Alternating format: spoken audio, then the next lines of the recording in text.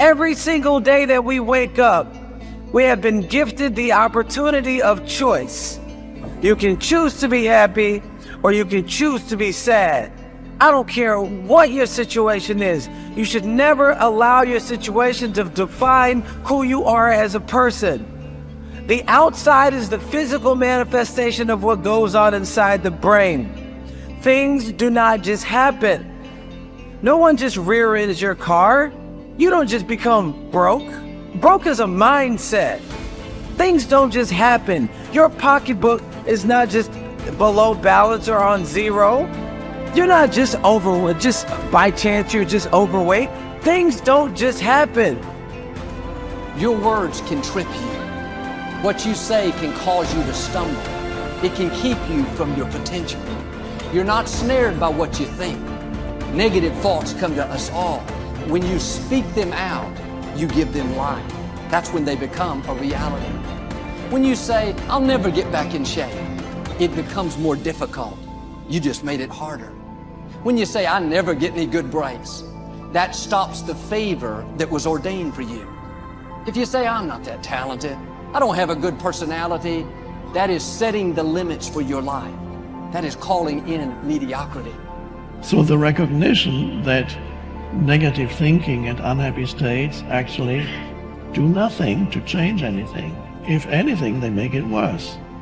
So if there's enough awareness and you can suddenly look at that, and then you can ask yourself from the deeper perspective of awareness, do I want to continue to think these thoughts? Is that helpful or good? Do I really want that? Ask yourself, what is my limiting step? What is the one factor that determines the speed at which I achieve my goal, or whether I achieve it at all? Once you've answered this question, you can move on to making a plan for how to accomplish your goals by eliminating this limiting factor. Your ability to identify your limiting step is one of the best demonstrations of your intelligence, and your capacity to eliminate this limiting step is one of the best demonstrations of your overall competence in achieving anything you want. It's our thoughts that are manifesting this world. Now you could say that's a spiritual thing, and now I say not only is it spiritual, now it is fundamental basic science of the universe. And it says then the thoughts are creative. Well, if the thoughts are creative, then who is having the thought? And you start to realize I'm having the thought. Well, then the truth is simple.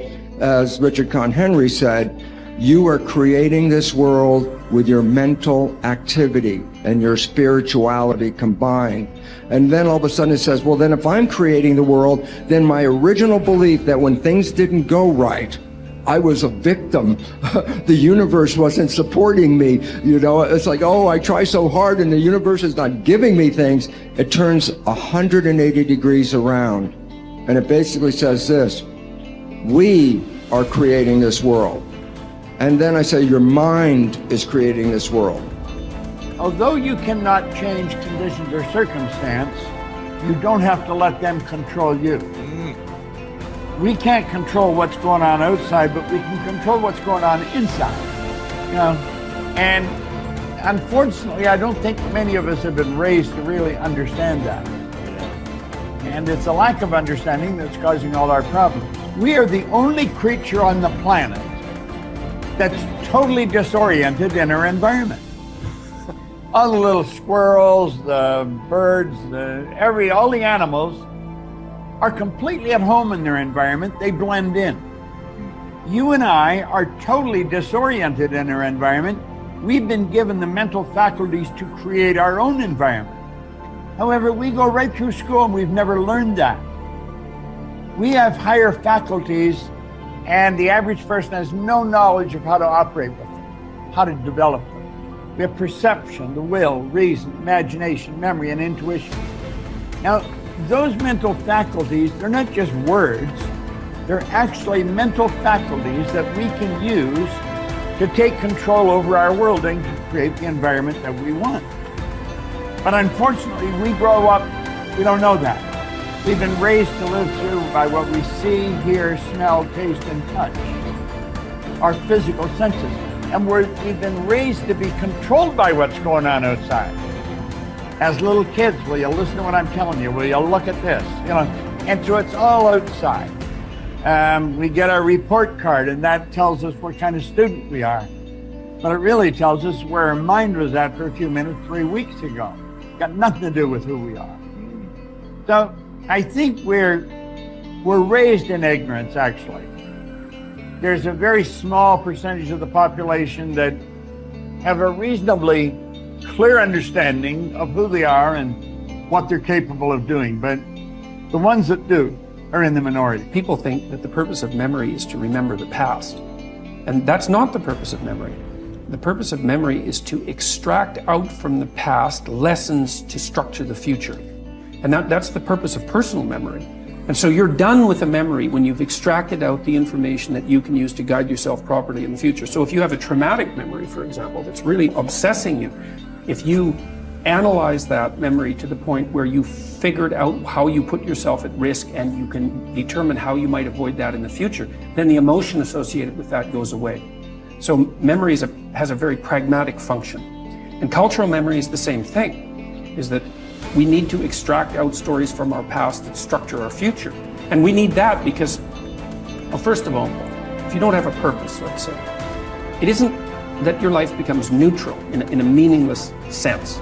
It's that your life becomes characterized by unbearable suffering, because the baseline condition of life is something like unbearable suffering. And what you have to set against that is a noble and worthwhile purpose. And hopefully your determination of that purpose is buttressed to some degree by the wisdom of the past, because you can't conjure something like that up on your own. And if you provide people with nobility of purpose, then they can tolerate the suffering of existence without becoming entirely corrupted by it. And cultures that don't do that, it isn't even so much that they die, it's that cultures that don't do that are dead. They're done. They don't have a story anymore. They don't have a call to adventure. And then, well, then everyone suffers stupidly as a consequence. It's a very bad thing. So Churchill made the same observation that many of the great psychologists and philosophers made in the early part of the 20th century. It's like, bring the story forward and propagate it and make it the most noble possible story. And then you motivate people to transcend themselves, which they need to do. So yes, he's exactly right in his diagnosis. In order for us to become abundant, we have to overcome the old personality. And that's 95% of who we are, right? Yes. So then, the side effect of the beginning of this process is a lot of discomfort. It is a lot of discomfort because you're stepping outside the known into the unknown, and now you can't predict. It's scary. No, it's you'd rather hold on to your lack. The pain, the and suffering. Rather tell the story of that. At least it makes you feel something that's familiar. Mm-hmm. When you step outside and you're saying, I'm not going to complain about money any longer. I'm not going to complain about I don't have any. I'm not going to judge other people who do. I'm not going to say I can. I'm not worthy. It's never going to work. All those things got to go. I'm not going to feel lack. I'm not going to feel unworthy. I'm not going to feel separation. I'm not going to feel resentment. These are the things that are keeping my reality the same. Now it's no longer about abundance, about who you become. Mm-hmm. The most successful people are long-term thinkers. They look into the future as far as they can to determine the kind of people they want to become and the goals they want to achieve. They then come back to the present and determine the things that they will have to do or not do to achieve their desired futures. This practice of long-term thinking applies to work, career, marriage, relationships, money, and personal conduct. Successful people make sure that everything they do in the short term is consistent with where they want to end up in the long term. They practice self-discipline at all times. You see this willingness to sacrifice in people who spend many hours and even years preparing, studying, and upgrading their skills to make themselves more valuable, so that they can have a better life in the future, rather than spending most of their time socializing and having fun in the present. Your ability to think, plan, and work hard in the short term, and to discipline yourself to do what is right and necessary before you do what is fun and easy, is the key to creating a wonderful future for yourself. Your ability to think long term is a developed skill. As you get better at it, you become more able to predict with increasing accuracy. what is likely to happen to you in the future as the result of your actions in the present. This is a quality of the superior thinker. The common denominator of success was that successful people make a habit of doing the things that unsuccessful people don't like to do. And what were these things? It turned out that the things that successful people don't like to do are the same things that failures don't like to do either. But successful people do them anyway because they know that this is the price they have to pay if they want to enjoy greater success and rewards in the future. Successful people are more concerned with pleasing results, whereas failures were more concerned about pleasing method.